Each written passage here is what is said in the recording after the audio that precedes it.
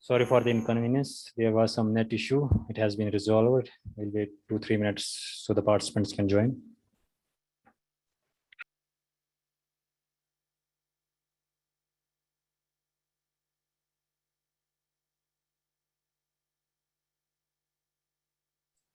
Hello, Firdaus.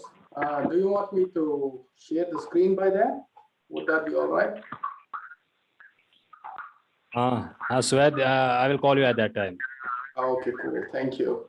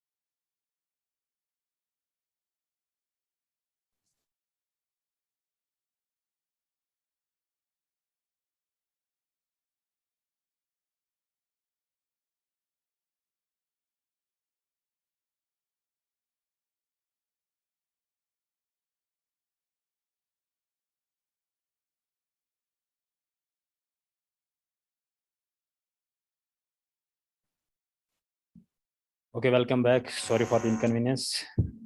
As I was saying about the challenges and self-directed learning as an augmentative resource. In that way, I have talked about that there is a different style of the teaching, then there is a different style in the pace of learning of the students, then shrinking of the faculty. And besides, we have to constantly update our knowledge. And for all those things, you have an opportunity, you have and source what you call as self-directed learning. We should incorporate this in our curriculum, and we should just force the students to incorporate in their learning also this self-directed learning. So one of the thing, this self-directed learning, as it is an adult learning, that you have that we have already talked about the memorization, and in veterinary you have the varied subjects. So memorization becomes very difficult in the veterinary subjects to memorize, and because of the varied subjects, you starts from the anatomy, then goes to the LPM, then goes to the LPT, and different. Finally, it comes up to the clinics. So you have the varied number of the subjects, and it becomes very difficult to memorize. And this, when you're going to memorize, that becomes superficial thinking, and you are far away from the self-directed learning. Now, this self-directed learning is actually improves the students' ability to cross-link the learning context and improve the retention and application of the knowledge. And you need for the globalization of veterinary and medical educations. Medical education is as such globally embedded, and we should just use this SDL self-directed learning to give similar experience to parents. Lastly, if you are promoting this self-directed learning with many resources, I told you that one of the resources or one of the way to promote this self-directed learning physically is by promoting by making as a hub, what you call as Scholars Hub. And in this Scholars Hub, maybe you have the lot of simulators and many things. Probably you can incorporate one digital gadget, that is a gadget or digital source, what you call as the virtual dissection table. And because of this virtual dissection table, these animals for education purpose will be somewhat it will be banned, or it will be very, very less. So this Scholars Hub will come to the rescue to replace the animals for the education purpose. So this was about the students ready for accepting this self-directed learnings. Maybe if we as an educators, force these students to inculcate this type of the educations, it will be beneficial for both the learners and the educators. Thank you, one and all.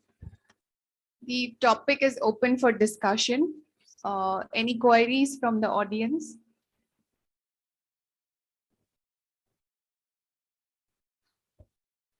Okay, thank you, Dr. Firdaus, for enlightening us about the scope of self-directed learning in veterinary education, especially in our country. Thank you again for a wonderful talk. Thank you very much.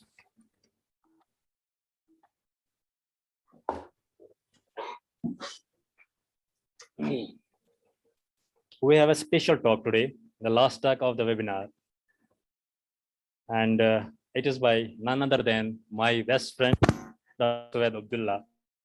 Dr. Soed Abdullah is the alumni of this veterinary college, FVSc&AH. He has completed his graduation in 2008, I think 2008.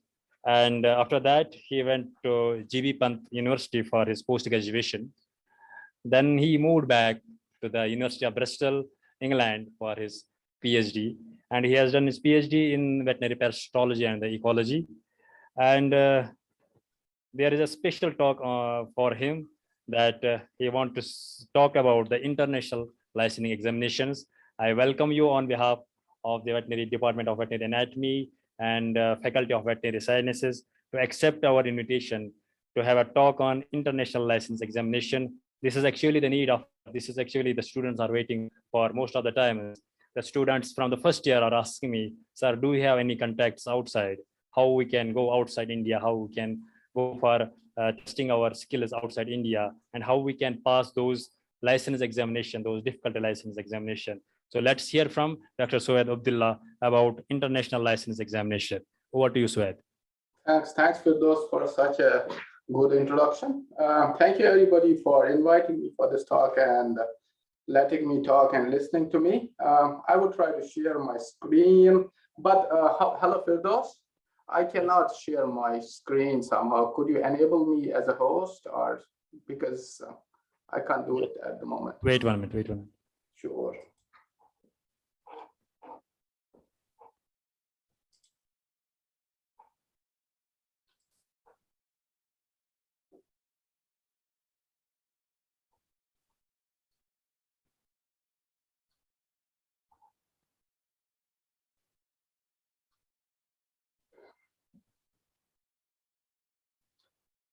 By the time I get a chance to share my screen, it's good to see all of you.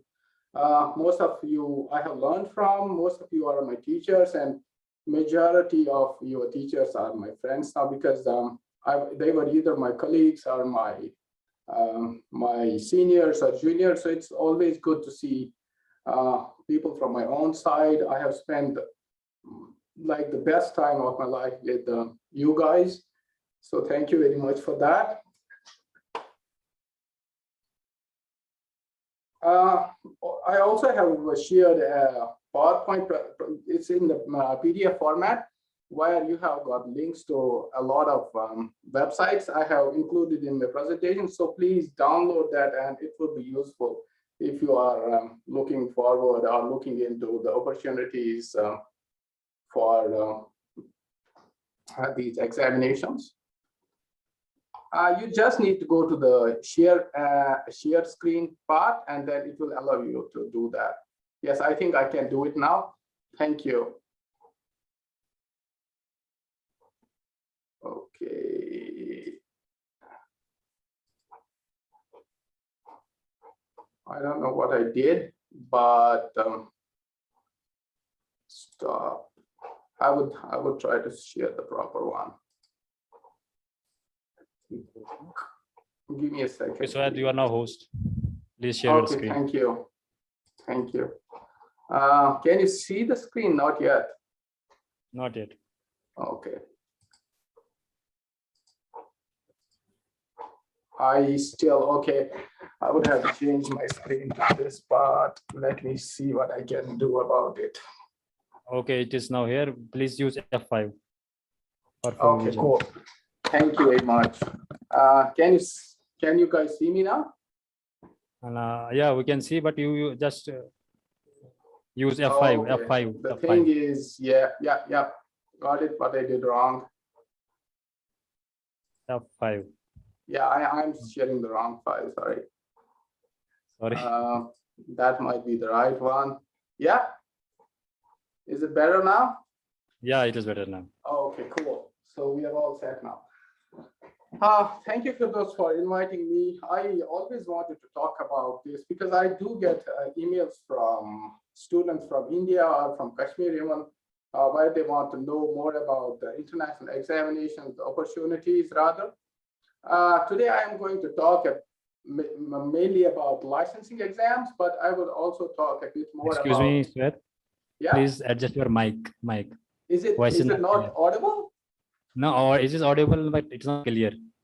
Is it not clear? I don't know what's happening. Is it now? Oh, okay, it is now. Is it better? I can Yeah, think of something else. No, it is better now. Okay, thank you. Let me know if you struggle to listen to me, then I can change it. Are you okay? Firdaus? Yeah, it is okay. Yeah, it is okay now. Okay, thank you. So before starting the talk, I wanted to introduce myself, but as Firdaus has already done it, I did my BVSc from the University of Scots, the same school where you are now. Somebody has turned on the microphone, I guess. Then I did my master's from GB Pant and worked as an assistant professor for a couple of years at Khalsa College, and then worked as a vet in Kashmir for some time, and then I finally got an opportunity in University of Bristol, and then I did some postdocs and got a lot of experience working all over the world, especially in Africa, UK, India, Malaysia. So that helped me a lot in my future job applications, basically. So I will be talking a bit about my research. Mashood, could you please turn off your microphone if possible?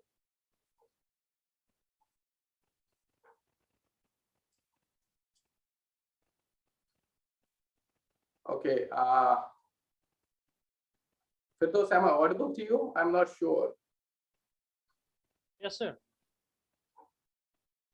Am I audible? Yes, sir. Oh, thank you.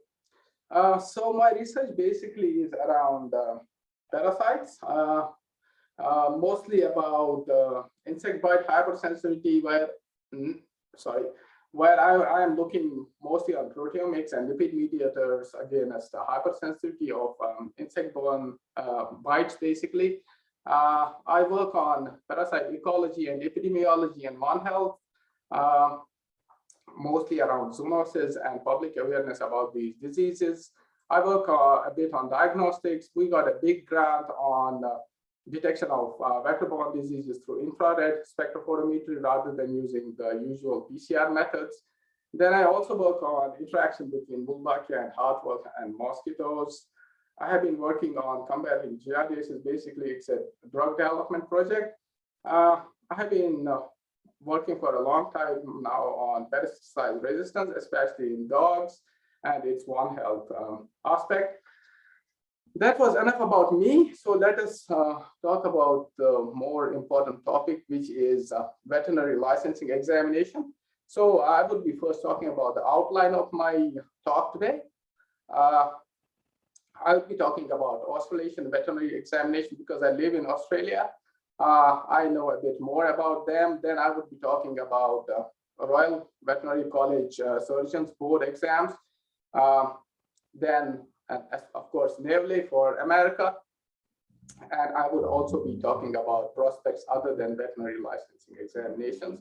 So let's get started.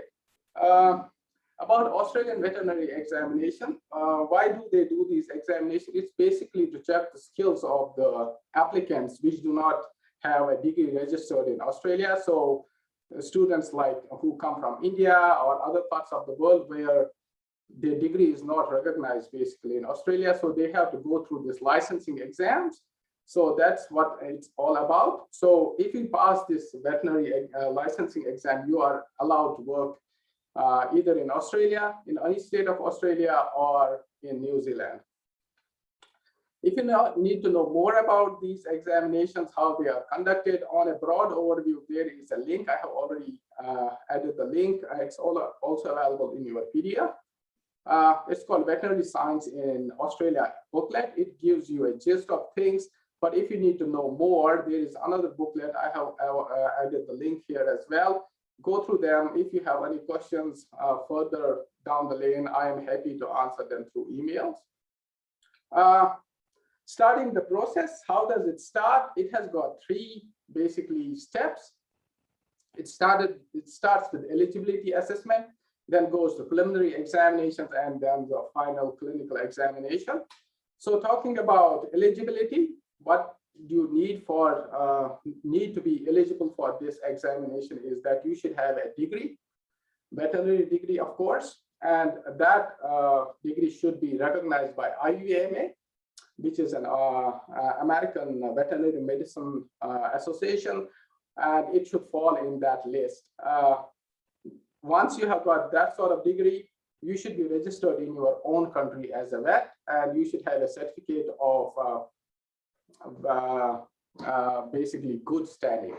Then after that, once you have got both of these, you need an English language ability where you have to show that your English is good enough to work as a vet in Australia or New Zealand. I was having a look if our university, when I say our, because I am a previous student of this university, so I use the word our. When I mean our, I mean Scots Kashmir. So I was looking through it and it is there. So I found it there. So one of your steps is already done. So you don't need to go through that again. You know that it is there.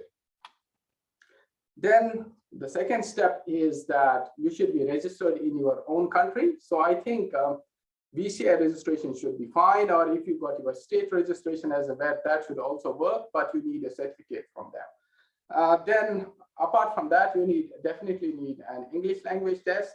There are different ways of getting that through this certificate. Either you can tell them that you have got your degree from an English-speaking university or school, or what you can do is you can take different types of tests. I would prefer, rather going through all the hassle of getting certificates from the universities, I would rather go through getting an English test done. This is much easier. It's a bit expensive, but much easier, and nobody is going to question your certificate. So I have given the exams a couple of times myself. It's not such a big deal. If you have been educated in English, it shouldn't be a big deal for you to pass it. You can take any of these. You don't need to take all of these, any of them. You can take IELTS, you can take OET, you can take PT. I don't know much about PT. I have taken IELTS, I have taken TOEFL. TOEFL is internet-based. IELTS used to be face-to-face, but I think because of Zoom, it has been switched to computer-based as well now. So for IELTS to get, you should get at least 7, a band of 7 to be eligible for this examination. But for TOEFL, you need different scores, as you can see, for 24 for listening, 24 for reading, 27 for writing, and 23 for speaking. So writing is more important, as you can see. And as you see that all of these exams test only these 4 skills: listening, reading, writing, and speaking. So you can always practice. There are a lot of online tools which help you passing these exams. There is a lot of material available online. And once you register for these exams, they would give you loads of study material or practice material. You can buy, when I was preparing for these exams in 2011, I guess, I got a CD which helped me practice these exams. I don't think there would be any CDs available anymore, but it should be available online. Okay, so your first step is done. Then what you need to do is you've got to go to step 2, which is your preliminary multiple choice question examination. So what does it include? Basically, it is, as you can see, a multiple choice questionnaire. Basically, it involves, it's a preliminary examination where your general knowledge about veterinary science is tested, and you got to pass it before going to step 3. So it has got 2 papers. Paper 1 is base knowledge, like preclinical subjects mostly, anatomy, physiology, biochemistry, pathology, parasitology, stuff like that. Then there is clinical reasoning. In clinical reasoning, they would ask you how you link your preclinical to clinicals. So it is, we do it here all the time with the students. Once they are in their 3rd year, if they have to go into the 4th year, they need to do these. So they practice it all the time. I would recommend something similar in your school as well. So it is computer-based, so you don't need to write a question paper like a paper form of the exam. It's all computer-based. It's MCQs, fairly easy. And I am sure that in terms of theoretical knowledge, we are the best. Honestly, we have a lot of theoretical knowledge, but in practical skills, I guess we don't get a lot of exposure. And that's why I love the idea of this skills development and hub, which you guys are planning to do in future. Candidates who enroll the preliminary examination will be given access to a short practice test. So once you enroll, you will be given a short practice test, maybe 10, 20 questions where you can practice. Preliminary MCQ examination is normally held on one day. It's usually done in April, but because of COVID, the situations change all the time.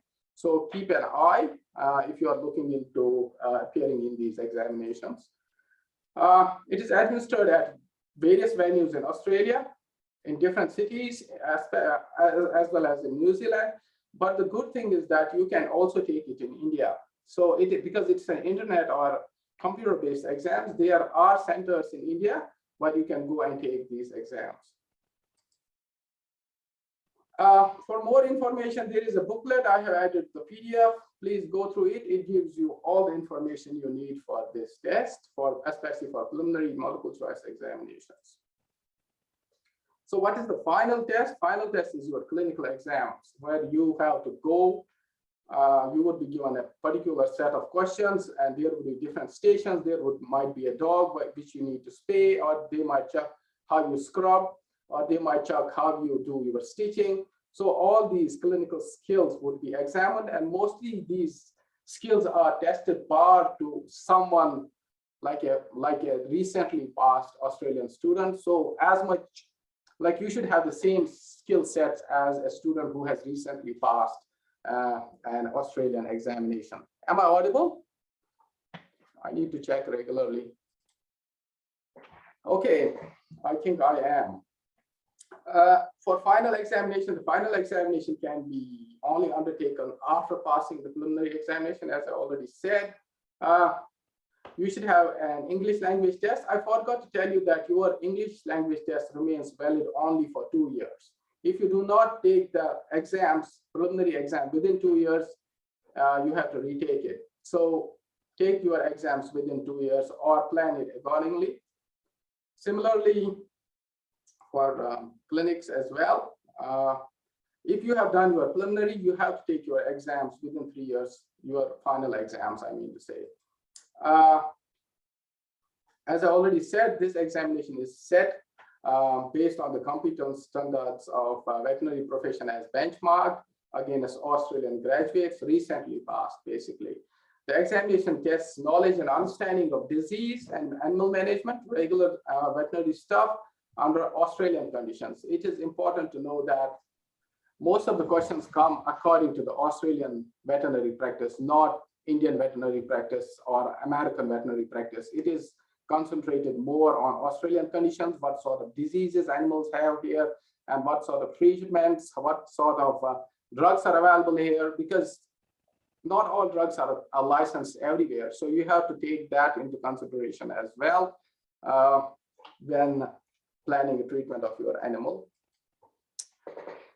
You need to demonstrate ability to make appropriate decisions about diagnostic steps, what diagnostic steps you will take, treatment regimens, what control plans you will set up, and how well you are in skills of taking histories and what sort of case information you are asked from the clients. So you need to get all that information right, and you would be basically marked for all of these skills.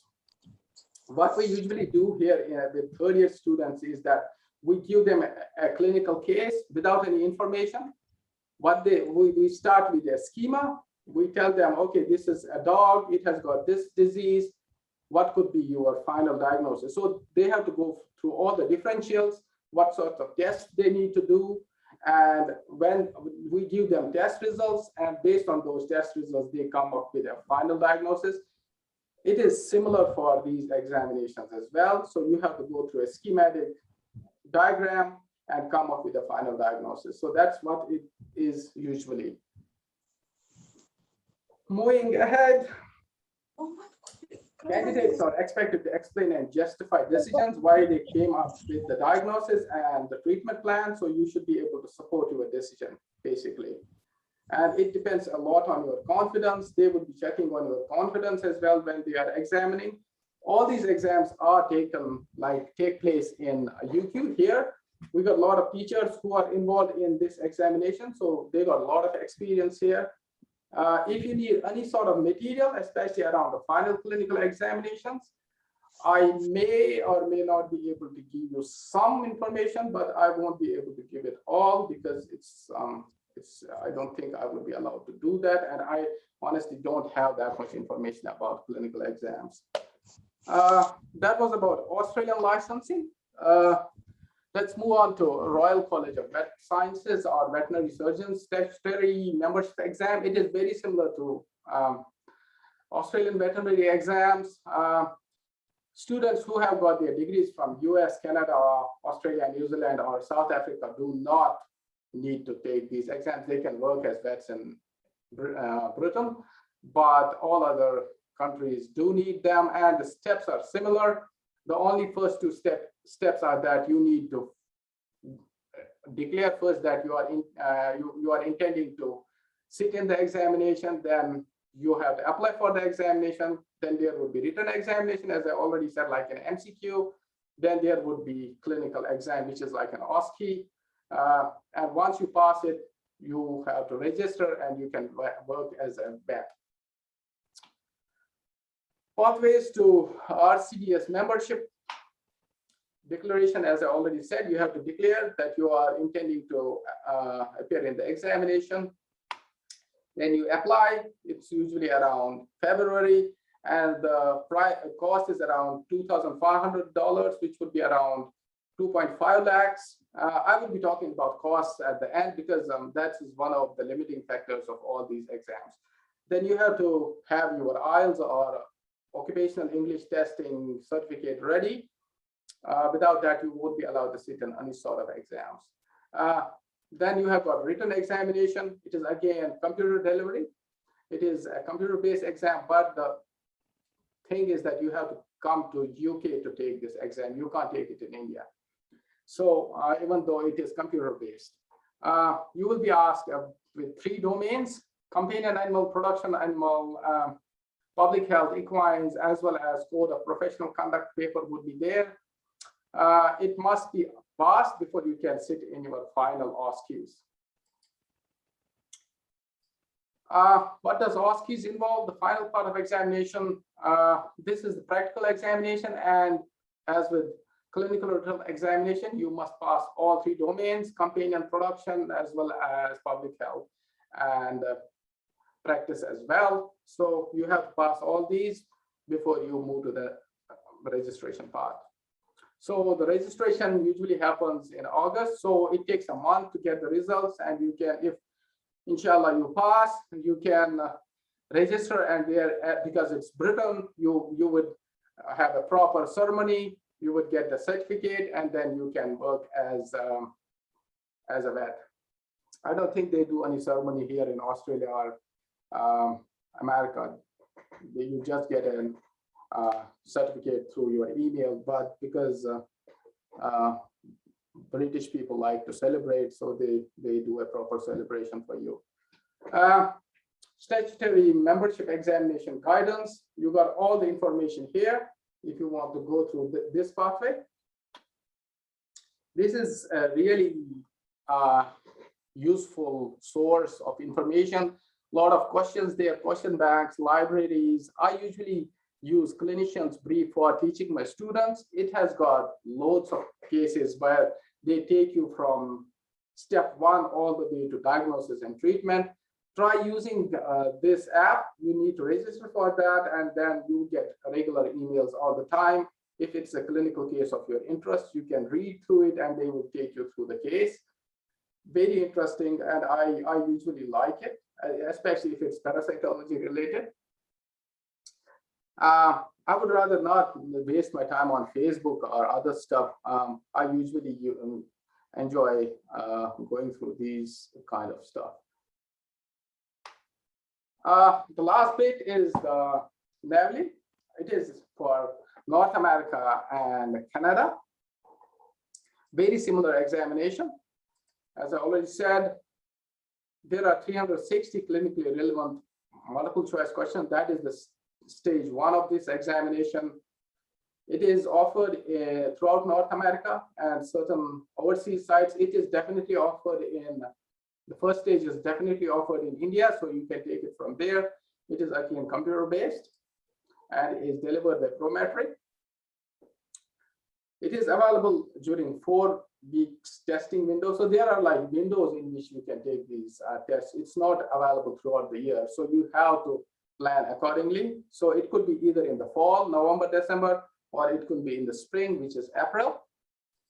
To practice the Naval visit, please, there are like a lot of resources. I have created links, so you can go through these links on your own time. I have shared that in the PDF. The process of application can be broadly divided into 6. So submit the Naval application like you did for the Royal Vet application. Submit one more important thing to remember for America, you have to apply separately for separate states. So if you are licensed in one state, it doesn't mean that you are licensed in another state.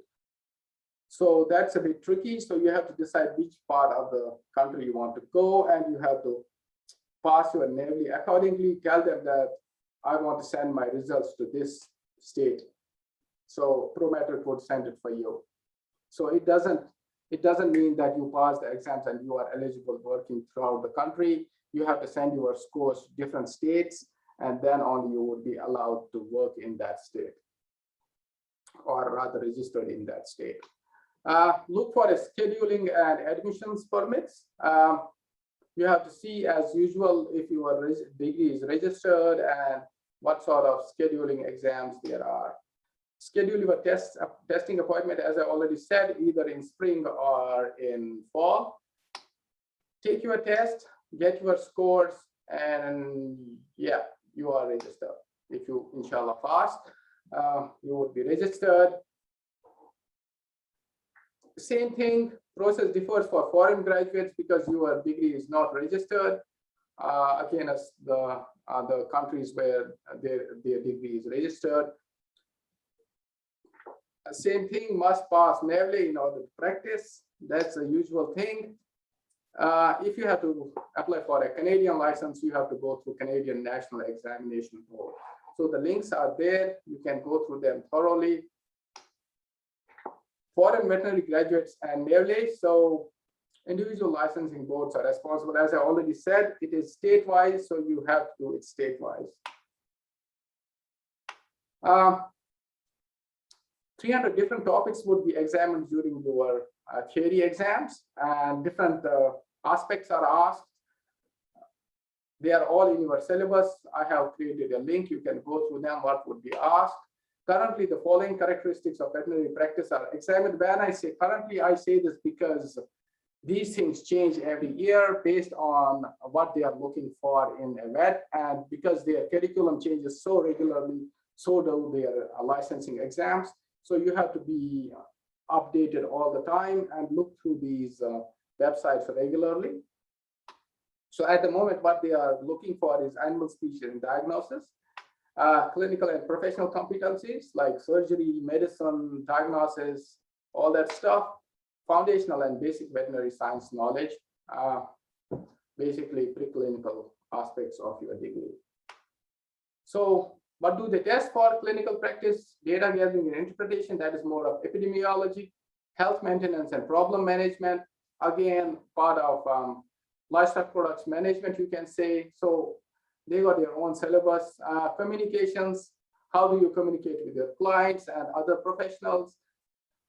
When you get a test from a diagnostic lab, how do you communicate with them, or how do you tell a clinical diagnostic clinician what you want and how you want it to be done? So that communication is very important. And communication with your clients, how do you, as Fran already said in her presentation, we do that a lot here. Not sure if it has started in the Faculty of Vet Sciences back in Kashmir. And then professionalism, practice management, and wellness. How do you manage a practice? How do you do a professional development throughout your life? So those sorts of questions are there. Then preventive medicine as regular, public health, epidemiology, health and safety, One Health, and all those issues would be examined in these exams. So as I already said, I am not sure about if there is any subject in our curriculum back in Kashmir which will teach this. Diagnosis part, you have to include all the species. These are the species which would be examined. So you have to do their diagnosis from fish till reptiles. So all sorts of animals are included in your exams. Finally, you did really well in your exams and you passed. You will get this sort of certificate. They will let you know why you sit in your exams by this yellow band. You got 529 marks, you passed, and they would send you this result to a particular state board, and you would be registered there. They also criticize basically your strengths and weaknesses, as you can see by these bands, and then you can take it along, and any basically recruiter will go through your certificate and then see where you fit in a veterinary clinic. There has been a lot of talk about that. That was basically all about licensing exams. Before I start the role of hub, I want to tell you that all these 3 exams are a process. It is not like a one-day thing. I just ran through it quickly. It needs a lot of patience, it needs a lot of planning, and it needs a lot of money. Money-wise, these are the most expensive exams to pass. In terms of Indian money, it is 20 to 25 lakhs, easy 20 to 25 lakhs, because it's not just the licensing exam fee. You have to arrange your visas, you have to arrange your flights, you have to arrange your stay, because these exams are run, especially the clinical exams are run for 4 days. So you have to travel, you have to stay there. So it takes a lot of money and effort to pass these exams, but you never know if you have got that sort of money and you think you can do it. All the best. I am happy to help you. And I got colleagues who have already done these exams. They were from India and they have passed with bright colors. They are working in America, they are working in Canada, they are working in Australia. So I can get you in touch with these people. And if you need my help personally, I'm happy to help you. So that was about these licensing exams. I will be now talking about the role of hub. Basically, it is basically the role of hub is more important when it comes to the final step or the stage of your examination, especially getting your skills up, getting that confidence, because it is nerve-wracking when an international examiner sits next to you and asks you to do it, and you have spent like 10 lakh rupees on an examination and you are in so much pressure to pass. It is nerve-wracking, to be honest. I have not gone through this, but I have gone through these job interviews. I know how difficult it is. So if you are already well versed with at least playing with these dummy animals, you would have at least some kind of confidence so that you can go and practice in a veterinary practice in India later, or you can get some experience from your colleagues who I have seen that a lot of my friends have started opening pet clinics, which is a good place to work. Even if they don't pay you, I would recommend that you go to them and get some experience there, work as an intern with them, get some experience. It helps build that experience of handling animals, treating animals. Do that if you can, and whenever you get time. Basically, you should try to do those things. So hub is going to be a very good facility if the Faculty of Vet Sciences in Kashmir is thinking about it. I'm happy to support with all like whatever and wherever I can. It would be a good thing for the vet students, of course. So moving on, I talked about the very expensive examinations. Other opportunity I know about is the School of Vet Sciences here at UQ. We provide an opportunity called Doctor of Veterinary Clinical Sciences.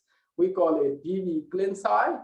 So what is DV ClinSci? It is basically a degree which is done after you have completed your graduation. Basically, you should have a recognized FVSc degree, and you should basically meet all the credentials. It is designed to lead careers as a specialist veterinarian. So you get a specialization. It could be in equine sciences, it could be in surgery, it could be radiology, it could be pathology. So you get a specialization. It takes almost 3.5 years. So it's a long process. It's as good as doing a PhD, but the job prospects of DV ClinSci are much higher than a PhD. It combines coursework with clinical training. So you would have you would be always in clinic, to be honest, or if you are doing anything in diagnostics, you will be in the lab all the time. But by the end, you would have to write a 50,000 word thesis. You would develop specialization in different fields. You can do it in diagnostic laboratory, or as I already said, vet teaching hospital. This is basically whatever you collect data would be used for basically your thesis work as part of your degree. The research thesis will provide a path to clinical, so you can either become a clinician, like a specialist clinician, or you can become a researcher, whatever path you want to go in future. So it's a good degree to think about. It is not expensive. The only thing is that you should have a really good CV. You should have publications. You should have good experience. So what are the entry requirements? Basically, you should have a FVSc honors or higher. Or what you can do is you can have a postgrad degree, like I had when I started in vet sciences, and your GPA should be 5, which is not much. Or so you can have a BVSc or equivalent with 2 years of relevant experience, field experience as a veterinary assistant surgeon, or a 1-year internship under the supervision of a registered veterinary specialist. Suppose you come here, you register with a veterinary specialist for 1 year, you can still do this degree. You don't need to pass the licensing exams or anything for being in this DV ClinSci. You must satisfy head of the school of this vet school and the dean of graduate school of faculty of sciences that you are qualified enough for the admission and maybe required to attend an interview. You might be interviewed. Sometimes what they see is that, okay, he or she has got a really good CV. So what we need to see is that if he or she is good enough with an interview, so they might call you for an interview as well. It could be online interview or it could be face-to-face. Depends where you are. Applicants must be eligible for registration with the Veterinary Surgeons Board. I have created that link. You can go through it. I couldn't find on UQ website, I couldn't find Indian degree there, but I would further consult somebody about this. I'm not sure. So this is the link. Scholarship. The good thing about this degree is that you don't have to pay anything. You will get scholarship, but it is only available when this vacancy is available. Scholarship is only available then. So you have, these are usually advertised through UQ scholarships. Again, I have created a web link. Usually 45,000, it is tax-free. So that's a lot of money. If you are getting it tax-free, you can come with your family, and 45 grand should be enough for you to survive with family for 4 years. It shouldn't be a big problem because it's tax-free. Before you apply, this program is only available to students with a veterinary degree, which you have, and eligible for registration with Veterinary Surgeons Board. So you would have to check that. As I already said, I couldn't find there, but I would have to check with the school if Indian degrees are eligible. Another thing, so this is the most expensive pathway. This is called Program for Assessment of Veterinary Education Equivalence. It is I talked about the licensing exams. It is a way around the licensing exams. You don't have to pass the licensing exams. What you do is you do PAYE. PAYE is like a 1-year internship with a particular school, usually in America, but UQ is planning to offer it from 2023. It was supposed to be 2022, but because of COVID, we can't offer it at the moment, but hopefully 2023. But it is very expensive. You have to pay, I guess, 35 grand, which is 35 lakh rupees for this program. And once you pass this program, you don't need to pass a licensing exam, you would be registered. So this is another way of going through your registration. As I already said, UQVET is planning it to 2023. Keep an eye on these things if you are interested. This is my favorite because it's the cheapest, because I never had money. So I chose this path. I did my PhD. I was working as a BAS for a year. I collected some money, but I ran out of money halfway because I had to do so much. I had to do licensing exam. I had to do my visas and vaccinations and all that stuff. But it was still the cheapest of all the ventures. It is time consuming because you are wholly and solely dependent on response from other researchers all over the world. So it does take some time. It does need your persistence. So you have to be persistent, keep on applying, never lose heart. You should make sure that you have an edge over other applicants, because to be honest, we get so many applications every year from international students, maybe not from national students, but we get loads of applications from international students, and because they are highly competitive and they are scholarships. So you should always try to develop your resume and skills from day one once you start masters. Try to do a research which is meaningful, which will lead to publications, if possible, international. Try to develop your skills. It's not only important that you do your research and never bother about what your other colleagues are doing. If you got a senior or a junior who are doing research, stay with them, learn those skills. They might be doing something different than what you are doing. Suppose you are working on PCRs, they might be working on proteomics. So learn that skill as well, add it to your CV. It helps in your applications later. Try to publish international journals. I know these are expensive. Most of the times we don't have enough money to get published. So try to publish if possible. Talk to your guide or supervisor. They might be able to help you. Qualify your IELTS, TOEFL, or GRE on time. GRE is usually for American admissions. For Australia or UK, you just need IELTS or TOEFL. Keep your CV SOP ready and edit it as per the application. So you should target your CVs and SOPs as per the researcher. You cannot send random emails or SOPs. I get so many emails where they just say, "Professor, dear professor," and then they write like a million lines. And I know that they have sent this email for another million people. So target, even if you email few people, try to target those people. We read an email and we totally understand that it is not targeted. It's not for us. So we just don't reply or just delete it. So try to keep that in mind.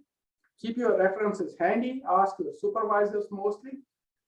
Keep them handy, or usually what happens nowadays is that the university sends a link to your supervisor and they have to fill a response. Do talk to your supervisor about your possibility of applying for an international scholarship and ask them to timely respond to the emails. I know they are busy, but it's always important to remind them regularly. Always ask your supervisor. The first person, the best person to give a reference would be your supervisor, because he or she knows you personally. Don't hesitate to contact people. Never hesitate. It doesn't hurt to send an email or to contact people. Just try it. Keep your email short and targeted. I will give you an example in next couple of slides, what you can do. Sorry, I have been taking a lot of your time, but I think it is relevant and important. Because when I started my PhD applications, I struggled a lot. So I have that feeling that there should be somebody who can help. So it starts, I have divided it into 3 steps. Step 1 is know your research, what your master's research is.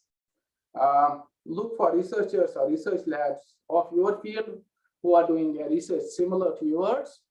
Learn about their research, go through their biodata, go through their papers, what they are doing, what sort of projects they are doing, what sort of students they have, and try to see why you fit in their research, why you fit in their lab, you always have to persuade your possible supervisor that what is something new you can bring to their lab. So always think out of box. People like that idea. Ultimately, they will not take that idea, but they like that thing that you have your own, personal way of thinking. Prepare your CV. I will tell you how to prepare a CV in next slide. Highlight your skills of interest. Highlight your skills of interest as per your research or research, like your professor or whoever you are writing it to, or a particular research lab. Target it to that.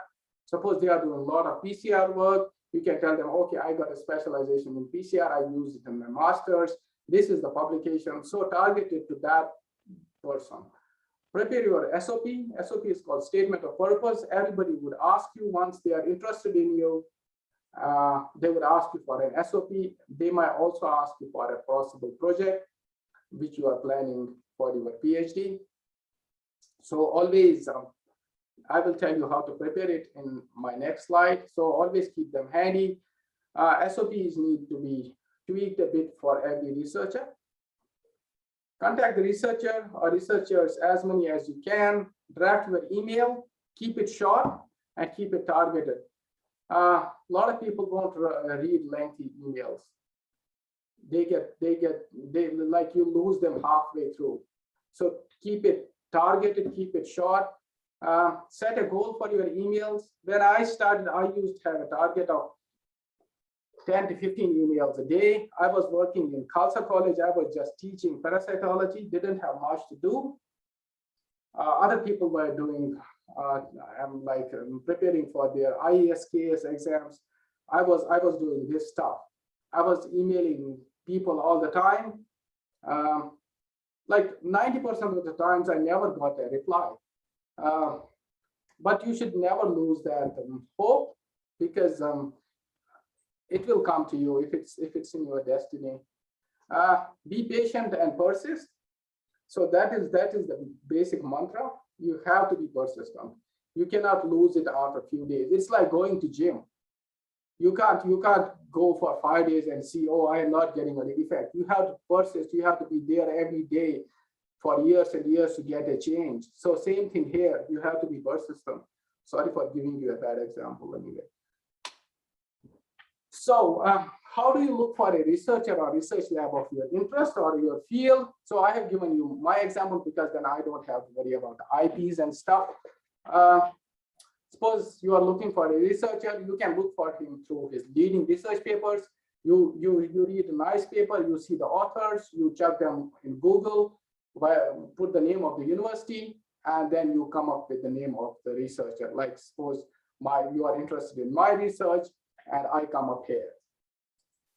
You can go directly to university websites. You see this, find a researcher. Let me highlight it. You find a researcher. You can put topics, parasitology, pathology, clinics, medicine, whatever you want to use your keywords, write keywords, and the researchers of relevant field will come up in the university. Or what you can do is you can directly go to their research lab websites. A lot of researchers have got their personal lab websites. You can go there, check their profiles, see what grants they have got, what available projects they have got. Nowadays, a lot of people use LinkedIn. You can go through LinkedIn, drop them an email or just a message. You can go through ResearchGate. So a lot of platforms you can go through nowadays. And basically what you do is you basically stalk these people. Stalking is not the right word, but that's what you do. Look at this. So you can check their publications, see what is their latest research. You can talk about this in your email, but not like a long email in a couple of lines. You can look at their grants, their opportunities, their projects. And when we say available projects at UQ, it is the projects where they are asking for PhD students to apply. So you can go through these different tags or tabs, and then you can go through, draft an email, draft an SOP according to the researcher, and that should help you in writing out a good email, a good CV, and a good SOP. These are the different links to my research or to my platforms. So talking about the resume, what do you want? It is the first impression to your researcher or the professor or even a possible supervisor. So it is the first impression. He or she doesn't know you personally. He or she has not seen your research. He or she has not seen your skills. So you have to impress him or her through your CV. It should be clean, it should be clear, but it should be informative. It should give all the information you want to put there, but in concise way. Suppose you don't need your photograph on your resume. I see a lot of students sending me in CVs with their resume, saying that if they are married, if they are male or female, nobody cares. It doesn't matter. You can put that all your information in when you start your admission process. We don't need that. You always have to highlight your skills, what sort of skills you have. I know PCR, I know ELISA, I know proteomics, I know R, I can do statistics, I can do fieldwork, stuff like that. Explain your research. A good example is here. So even I am a lecturer now, I still put a bit about my project. So you have to say what you are doing in a particular project. This was my postdoctoral research, what I did there, how I did there, just in bullet points so that it's easy to follow, basically. Then let me move on. This is another thing you have to include your best research papers in the beginning so that they can have a first impression that you got a really good track record when it comes to publications. Include your DOIs of your papers, include your citations. See, I could have used any crap paper from my publications, but because I know that it is my presentation and I have to impress people, I used a paper which I am proud of. I have got around 95 times citations now, so I use that. So you have to sell yourself, basically. And the impact factor is good as well. So you should use your sell yourself basically properly. So why do you get these citations? Someone might ask me. So if you go to Google Scholar, type in your publication name, and it will tell you how many people have cited it. Easy peasy. Then if you have gone to a conference or presented a paper, mostly you would have gone to a conference in India. International people don't know about your conferences. They have no idea. So what you need to do is you have to explain that conference in a bit. I went to One Health in New Zealand. This conference is a leading infectious disease conference. A lot of researchers come in there and blah, blah, blah. So a few lines. Similarly, World Association of Advancement of Veterinary Parasitology is the largest international veterinary parasitological organization, and they're all about it. So they know, they can relate how and why you presented your research there. So that was about resume. So last thing would be statement of purpose.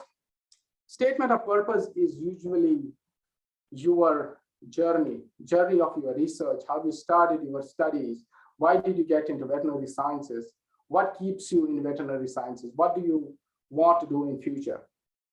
So when I write my SOP, I start with a small story that I come from a farmer family. I have always been with animals, that I could not get rid of that link. Although I started being a computer engineer, then I switched to vet sciences because I loved animals. Then I went to FVSc, I went to master's, then PhD and all that stuff. And finally, what I do is I try to link my research to the research of the researcher I am approaching, telling them how I will fit in their research group, what skills I have got, what is something new I would bring to their group, basically. And what are my, and finally to finish it up, it's usually 2 pages, so you have to finish it up with your strength.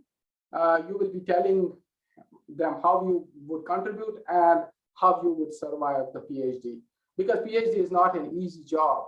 It takes almost 4 years, and you have to, there are ups and downs in PhD, so you have to make them understand that I got some patience, I got blah, blah, so I can survive my PhD. There are a lot of SOP examples available online because millions of people apply for PhDs. So I have created a link, go through it, it's a good example. Finally, the email, very important. This is the first way of contacting your supervisor. As I already said, keep it short and targeted. No one likes long emails. Usually researchers don't have that much time. They just go through few lines. If they are interesting, they might read down the lines. If they are not, they would just lose it and just delete it. Reduce clutter. Don't put a lot of repeating things. You can always attach an SOP. You don't need to tell the whole story in a single email. If the researcher gets interested in you, he or she would email you back. So you don't need to tell the whole story in a single go. Just keep it short and interesting. Be patient and don't lose heart. As I already said, you may not get a response all the time. I would say depends how your CV and resume is, or your research experience is.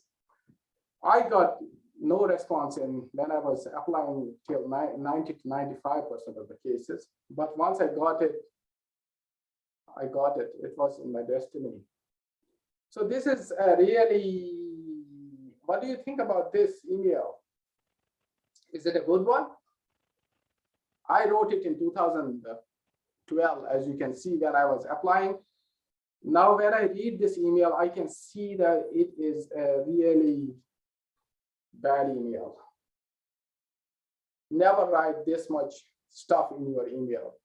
I wouldn't read this email now, but I wrote it then. So I didn't have people to tell me how to write it, but I think today's talk would have helped you here. So to end, or to rather, I would say to begin, because you are just beginning your journey. One thing I have to tell you is that it is just patience, what you need. And if it's in your destiny, nobody is going to take it from you.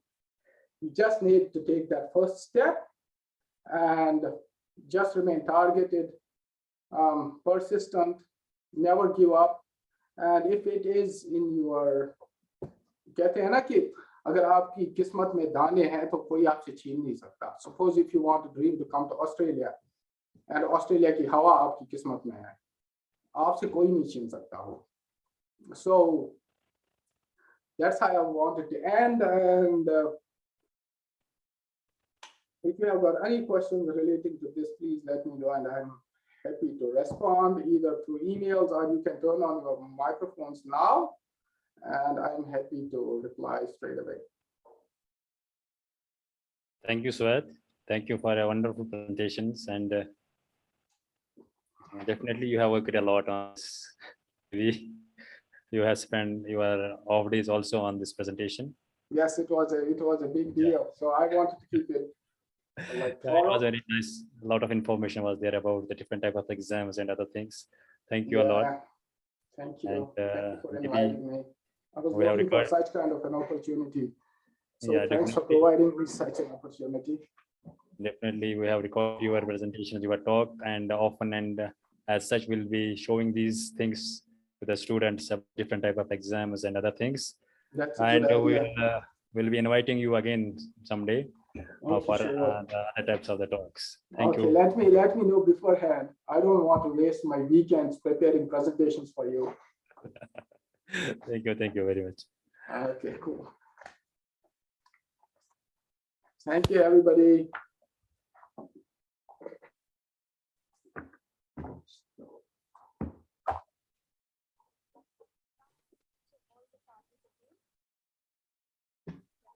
Learning.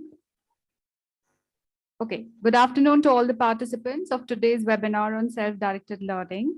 I, on behalf of the entire Division of Veterinary Anatomy and Histology, would like to thank each and every participant of this webinar for joining us and making this event a success.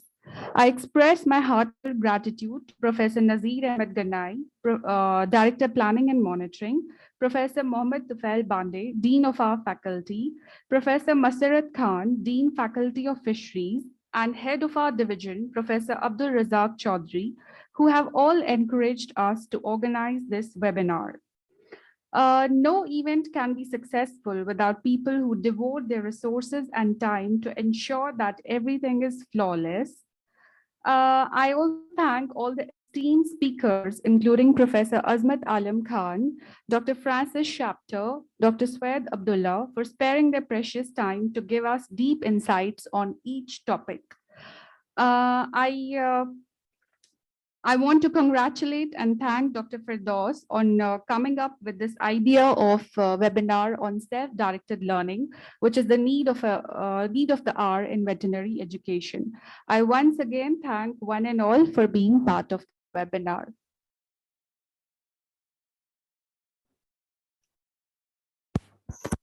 Thank you one and all, and have a good day. Thank you.